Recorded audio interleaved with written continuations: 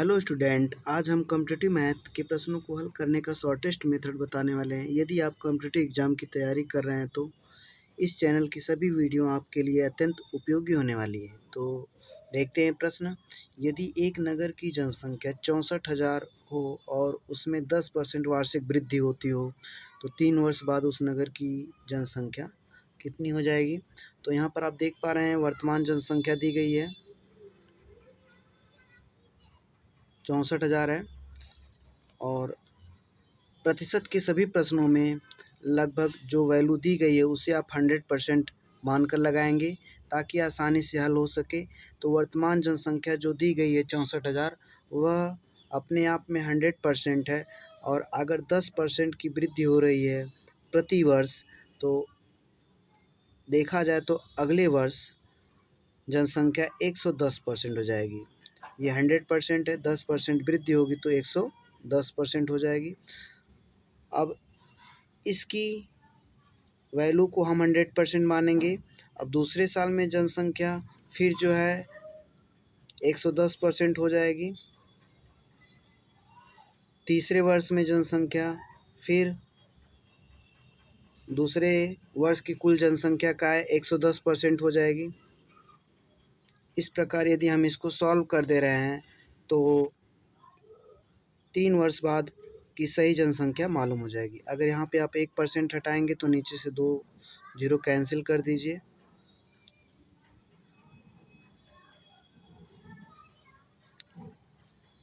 अगर इसका हम मल्टीप्लाई करेंगे तो 85,184 होगा। इस प्रकार ऑप्शन 2 जो है सही होगा। अब आते हैं अगले प्रश्न पर। एक आदमी अपनी आय का 5% निर्धन कोष में दान करता है, शेष आय का 80% बचत बैंक में जमा करता है। अंत में उसके पास 1,919 रुपये बच जाते हैं। उसकी आय कितनी है। मान लीजिए इस समय उसकी आय है, प्रारंभिक आय है शुरू में, और फिर वह 5% निर्धन कोष में दान करता है। अगर यह आय उसकी 100% कहलाएगी, शुरू में जो भी वैल्यू है वह 100% होती है तो इनकम उसकी 100% है। यदि वह 5% दान देता है तो उसके पास 95% बच जाएगा। अपनी इनकम का 95% बचेगा और फिर जो है पुनः वह जो है 20% बचत बैंक में जमा करता है। तो अब इसको आप 100% मान के चलेंगे। अब 20% यदि वह बचत बैंक में जमा करता है तो अब 80% फिर बचेगा, क्योंकि 20% उसने खर्च कर दिया या जमा कर दिया बचत बैंक में, तो उसके पास 80% इसका जो है 80% बचेगा। अब यह पूरी उसकी बचत हो गई। प्रश्न के अनुसार बचत जो दिया गया है 1,919 दिया गया है। इसको अब आप सॉल्व करेंगे। अगर इस परसेंट को आप हटाना चाहते हैं तो इधर 100 से गुणा करना पड़ेगा। अगर 1 हटाएंगे तो यहाँ पे 100 से मल्टीप्लाई करेंगे। तो यहाँ पर हम हटा रहे हैं और यहाँ से ये भी हटा रहे हैं तो भी 100 से गुणा करेंगे। अब देखिए ये जीरो एक कैंसिल कर दीजिए, यहाँ पर कर सकते हैं, दोनों तरफ 10 से डिवाइड करेंगे तो जीरो कैंसिल हो जाएगा। अब यहाँ पर हम 19 से भाग दे दीजिए, 19 पचे 95, इधर भी 19 से डिवाइड देना पड़ेगा, 19 से कम 19, 19 से कम 19 और इंटू 8 इक्वल टू ये आई है अभी। और यहाँ पर बचा हुआ है 101 और गुणे 100 और गुणे 10। अब आई इनकम निकालना है तो 101 और गुणे 100 और गुणे 10 बटे 5 गुणे 8, 5 2 जा 10, 5 दूनी 10 और 2 से काटेंगे, 2 चौको 8, 4 दूनी 8, 4 पचे 20, 25 का 101 में गुणा करेंगे तो 2525 आ जाएगा। इस प्रकार उसकी आय 2525 रुपये जो उसकी बचत है तो शुरू में उसकी आय जो है 2525 रुपये होगी। तो ऑप्शन फोर्थ सही है। अब आते हैं अगले प्रश्न पे। सीता की आय गीता की आय से 10% कम है, बताइए गीता की आय सीता की आय से कितने परसेंट अधिक होगी। देखिए इसको आप x मान लीजिए, पहले हम ट्रिक से लगा रहे हैं और इसको समझा कर भी बता रहे हैं, तो जो भी आपको अच्छा लगेगा उससे आप कर सकते हैं। x मान लीजिए, इसके लिए ट्रिक क्या होती है, यदि एक की आय 10% कम है, सीता की आय गीता की आय से 10% कम है, तो बताइए गीता की आय सीता की आय से कितने परसेंट अधिक होगी। ऐसे प्रश्न में देखिए पहले कमी दी गई है, तो इसके लिए आप फार्मूला यूज़ करेंगे, ट्रिक यूज़ करेंगे, x और 100 माइनस एक्स और इंटू 100%। तो यहाँ पे आप अगर आप मान रख रहे हैं तो x का मान 10 और 100 में से आप 10 घटा दीजिए और इंटू 100 और ये परसेंट आ जाएगा। और अगर हम परसेंट निकाल दें तो 10/90 और गुणे 100, 0 0 कट गया, 10 दाम में 100, या 0 से 5 भी काट सकते थे, 9%। अगर इसको आप हल करेंगे तो 9 एक कम 9, 9 एक कम 9 और 1/9%। तो ये आपका उत्तर हो गया। अगर हम इसे समझ के लगाएं, यदि हम गीता की आय 100 मान लेते हैं, मान लीजिए गीता की आय 100 रुपये है और सीता की आय जो है 10% कम है, अर्थात 90 रुपये है। तो देखा जाए सीता की आय केवल 10 रुपये कम है, तो परसेंट यदि निकालना है कितने परसेंट कम है, तो आप देखेंगे जो अंतर है उसको आप ऊपर लिखेंगे, और सीता की आय पूछा गया है कितना परसेंट कम है, तो सीता की आय नीचे लिखेंगे और इंटू 100 कर देंगे। यहाँ से 0 0 इसको भी काट सकते हैं, यहाँ भी 0 काट सकते हैं, 9 एक कम 9 और 9 एक कम 9 और 1/9%। ये आपका उत्तर हो जाएगा। तो इस प्रकार दोनों मेथड ही ठीक है, जो भी आपको अच्छा लगे उससे आप कर सकते हैं। अब आते हैं अगले प्रश्न पर। राजू को किसी परीक्षा में 20% अंक मिले और वह 24 अंकों से अनुत्तीर्ण हो गया, और तथा अरविंद को 45% अंक मिले और वह 26 अंक से उत्तीर्ण हो गया। परीक्षा में उत्तीर्ण होने के लिए कितने प्रतिशत अंक आवश्यक है। तो हम यह मान कर चलते हैं कि जो कुल पूर्णांक है वो 100% है। तो राजीव जो है 20% अंक मिला उसे और वह 24 अंकों से अनुत्तीर्ण हो गया। अगर उसे 24 अंक और मिलता तो वह पास हो जाता, अर्थात पासिंग मार्क क्या है 20% और प्लस 24 नंबर। ठीक, जो हम कुल पूर्णांक कितना मान रहे हैं 100% मान रहे हैं, तो पासिंग मार्क जो है 20% और प्लस 24 अंक हैं, किसके लिए राजीव के लिए। लेकिन जो अरविंद है वो 45% नंबर पाया और वह 26 अंक से उत्तीर्ण हो गया, अर्थात 45% पाकर वह 26 नंबर से पास हो गया, या पासिंग मार्क से 26 नंबर अधिक पाया, ये भी कह सकते हैं। तो पासिंग मार्क इसके लिए अरविंद के लिए तो दोनों के लिए सेम ही होगा, लेकिन देखा जाए अगर 45% माइनस 26 कर दिया जाए तो ये पासिंग मार्क कहलाएगा, ये पासिंग मार्क कहलाएगा।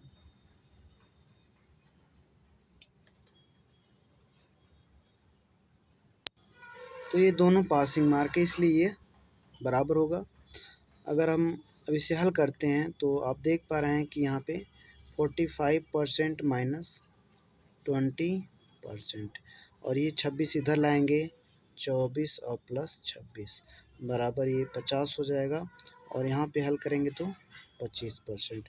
अब जान रहे हैं 25% यदि 50 है तो हम पहले कुल पूर्णांक निकाल देते हैं, तो 100% कितना होगा देखिए। तो 1% यदि हम देखें 1%, तो 50/100 25 होगा, ठीक। और अगर हम 100% देखें तो इंटू 100 कर देंगे। अगर 25% 50 है तो 1% 50/25 मार्क्स होगा, और 100% इंटू 100 कर दें, 25 दूनी 50, और ये 200 आ गया। ये आपका 100% हो गया। कितना? 100%। तो हमने देखा कि 100% कितना है? 200 है। तो यह कुल पूर्णांक हो गया, ठीक। अब पासिंग मार्क देखिए, अगर 100% 200 है और 1% 2 के बराबर है, 1% 2 नंबर के बराबर है, और 100% जो है 200 मार्क होगा, ये कुल पूर्णांक हो गया। अब हम देखते हैं पासिंग मार्क। अगर पासिंग मार्क देखा जाए तो 20% और प्लस 24 अंक है। चाहे इसका ले लें चाहे ये वाला ले लें, दोनों सेम चीज़ें हैं। और यह जो है 20% है, और 24, क्योंकि 1% 2 नंबर के बराबर है, तो 24 नंबर जो है 12% के बराबर होगा। तो इस प्रकार अगर देखा जाए तो पासिंग परसेंट जो है 32% होगा। तो इसका जो आंसर आएगा वो 32% आएगा। तो ऑप्शन 1 सही है। अब आते हैं अगले प्रश्न पर। किसी परीक्षा में 60% विद्यार्थी गणित में, 70% विद्यार्थी अंग्रेजी में और 50% विद्यार्थी दोनों में उत्तीर्ण हुए। तो बताइए कुल कितने प्रतिशत विद्यार्थी उत्तीर्ण हुए। तो यहाँ पर आप देख पा रहे हैं कि परीक्षा में 60% विद्यार्थी गणित में तथा 70% विद्यार्थी अंग्रेजी में उत्तीर्ण हुए हैं, और 50% विद्यार्थी दोनों में। ऐसे प्रश्नों में अगर हमारा एक्चुअल में उत्तीर्ण प्रतिशत निकालना है तो हम दोनों को पहले ऐड कर लेते हैं, ठीक। तो 60% और प्लस 70%, और माइनस जो उभयनिष्ठ है, जो दोनों में उत्तीर्ण परसेंट दिया गया, उसको हम घटा देते हैं, और यह आंसर जो है आपका मिल जाएगा 6 7 13, और 130 में से अगर हम 50 घटा देंगे तो 80%। तो 80% विद्यार्थी उत्तीर्ण होंगे। तो इस प्रकार आपका तीसरा ऑप्शन सही है। अब आते हैं अगले प्रश्न पर। तो देखिए छठा प्रश्न, एक पार्टी में 68% लोगों ने कॉफ़ी, 62% लोगों ने चाय पी, जबकि 25% लोगों ने कोई पेय नहीं लिया। यदि कॉफ़ी और चाय दोनों पीने वालों की संख्या 550 हो तो पार्टी में कुल कितने लोगों ने भाग लिया। तो जितने भी लोगों ने भाग लिया वो 100% होंगे। लेकिन यहाँ पे आप देख पा रहे हैं कि 25% लोगों ने कोई पेय नहीं पिया, मतलब आप 25% घटा दीजिए तो 75% लोगों ने पेय पिया। या तो इनमें से कुछ लोग कॉफ़ी पिए और इनमें से कुछ लोग चाय पी, और हो सकता है इनमें से कुछ लोगों ने चाय और कॉफ़ी दोनों पी होगी, ठीक।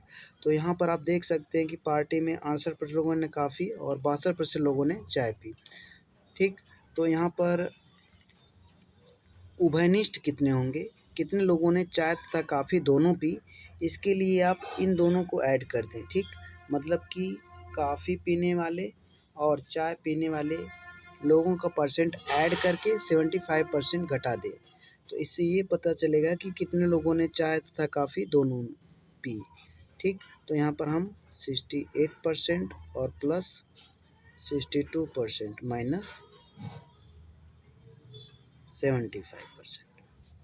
तो 8 2 10, 6 6 12 1 13 माइनस 75 कर दें, और यहाँ से हम घटा दें। 10 में से 5 घटाएंगे 5, यहीं पे घटा दे रहे हैं, और 12 में से 7 घटाएंगे 5। 55% लोगों ने कॉफ़ी तथा चाय दोनों पी, लेकिन ऐसे लोगों की संख्या 550 दी गई है। तो 55% बराबर 550 है, अगर पूरे नंबर का 55% लोग 550 लोग हैं तो 1% लोग कितना होंगे, तो या 100% डायरेक्ट निकाल लें। 100% देखिए कितना लोग होंगे, तो पहले 1% निकालेंगे तो 550/55 करेंगे। अब 100% क्योंकि निकाल रहे हैं तो 100 से मल्टीप्लाई कर दीजिए, इससे काट देंगे 10 हो जाएगा और इसको मल्टीप्लाई करेंगे तो 1000 आ जाएगा। इस प्रकार कुल 100% लोगों ने भाग लिया जो कि संख्या है 1000 के बराबर। ठीक, तो इस प्रकार आपका ऑप्शन जो सेकंड सही होगा। देखिए ऑप्शन सेकंड सही हो गया। ठीक, अब आते हैं अगले प्रश्न पे।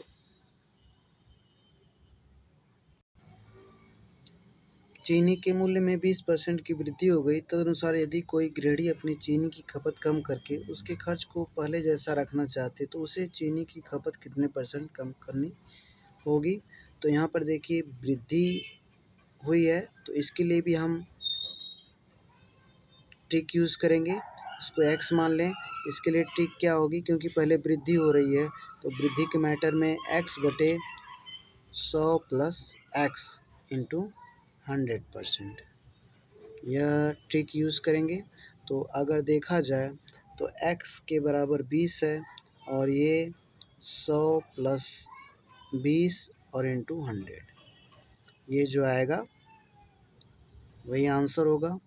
20 और 120 इंटू 100, 20 छक्का 120, इसको काट दें 50/3 और इसको जब हल करेंगे तो 16 सही 2/3% आएगा।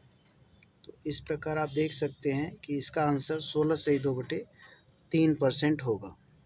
अब आते हैं अगले प्रश्न पे। तो देख पा रहे हैं श्रीमान कपूर अपनी कुल आय का 20% मकान किराए पर और शेष का 70% घरेलू चीज़ों पर खर्च करते हैं। तदनुसार उनकी बचत 1800 रुपये की हो तो उनकी कुल आय कितनी है। तो मान लेते हैं कुल आय उनकी आय रुपये है, इनकम, और 20% मकान किराए पर खर्च करते हैं। अगर 20% खर्च कर दिए तो 80% इसका बचेगा, इनकम का 80% जो है बचेगा।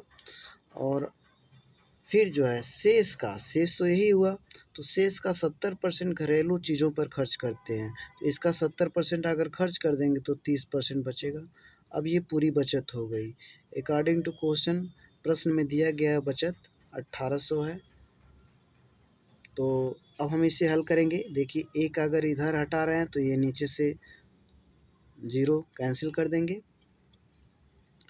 और क्योंकि अब 0 है नहीं, इस वाले परसेंट को हटाएंगे तो इधर 100 से गुणा कर देंगे। I इंटू 8 इंटू 3 और इक्वल टू 1800 इंटू 100, और I बराबर 8 तिक्के 24, अब इधर चला जाएगा 1800 इंटू 100/24। तो 6 से भाग दें, 6 चौको 24, 6 त्रिके 18, 300। अब 4 से भाग दे दें, 4 दूनी 8, 4 पचे 20।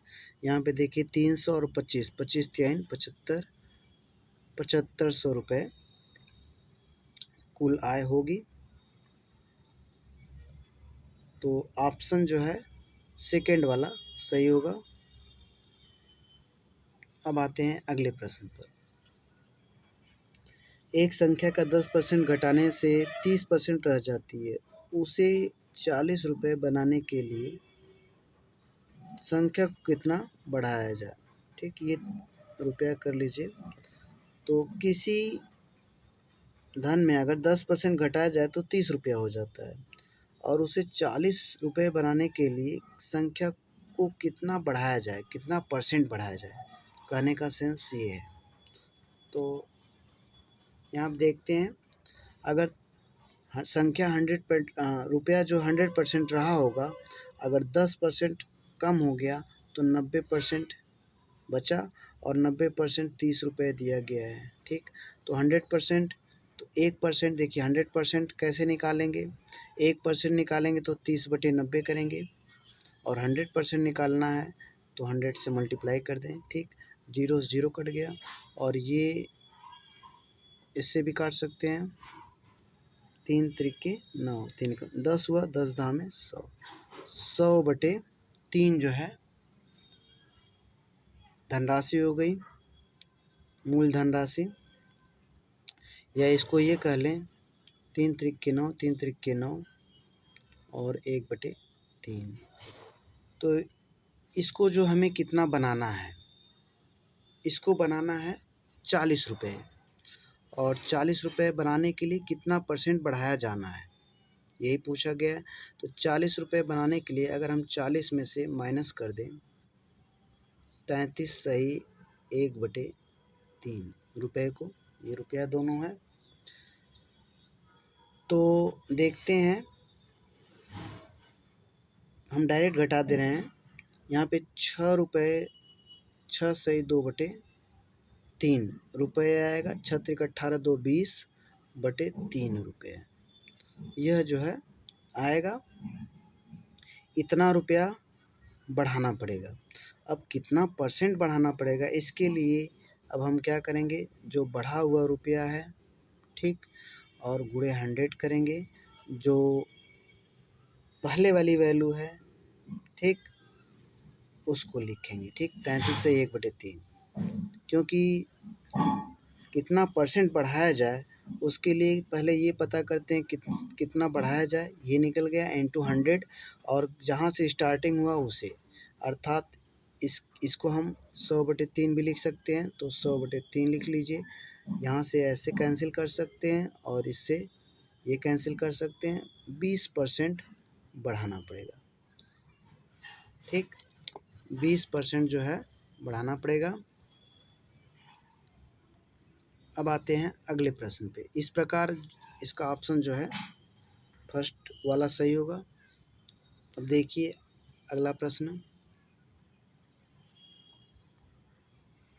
एक परीक्षा में 78% लड़के उत्तीर्ण हुए। यदि 110 लड़के अनुत्तीर्ण हुए तो ज्ञात कीजिए कि परीक्षा में कुल कितने लड़के सम्मिलित हुए। 78% लड़के उत्तीर्ण हैं और 110 लड़के अनुत्तीर्ण हैं। 78% अगर उत्तीर्ण हुए हैं तो अगर 100% पूरा लड़के रहे होंगे, अगर 78% जो है उत्तीर्ण हुए हैं तो अनुत्तीर्ण की संख्या % में अगर देखी जाए, पूरा 100% थे, ये उत्तीर्ण हो गए तो अनुत्तीर्ण की संख्या 10 में से 4 घटाएंगे 2 और 9 में से 7 घटाएंगे 2, 22% बच्चे क्या हुए, अनुत्तीर्ण हो गए। और 22% दिया गया है किसके बराबर, 22% इक्वल टू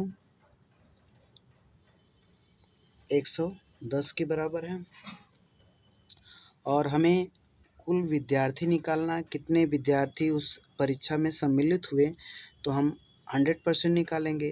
100% निकालने के लिए 1% निकालने के लिए 110/22 करेंगे और 100% निकालने के लिए 100 से मल्टीप्लाई कर देंगे। देखिए 11 दहा में 110, 11 दूनी 22, 50 और 10 का 50 में गुणा करेंगे तो 500। इस प्रकार उस परीक्षा में 500 विद्यार्थी सम्मिलित हुए। तो इस प्रकार यह वीडियो पार्ट 1 यहाँ पर समाप्त हुआ। तो पार्ट 2 के लिए आप अगली वीडियो देख सकते हैं। Thank you for watching my videos.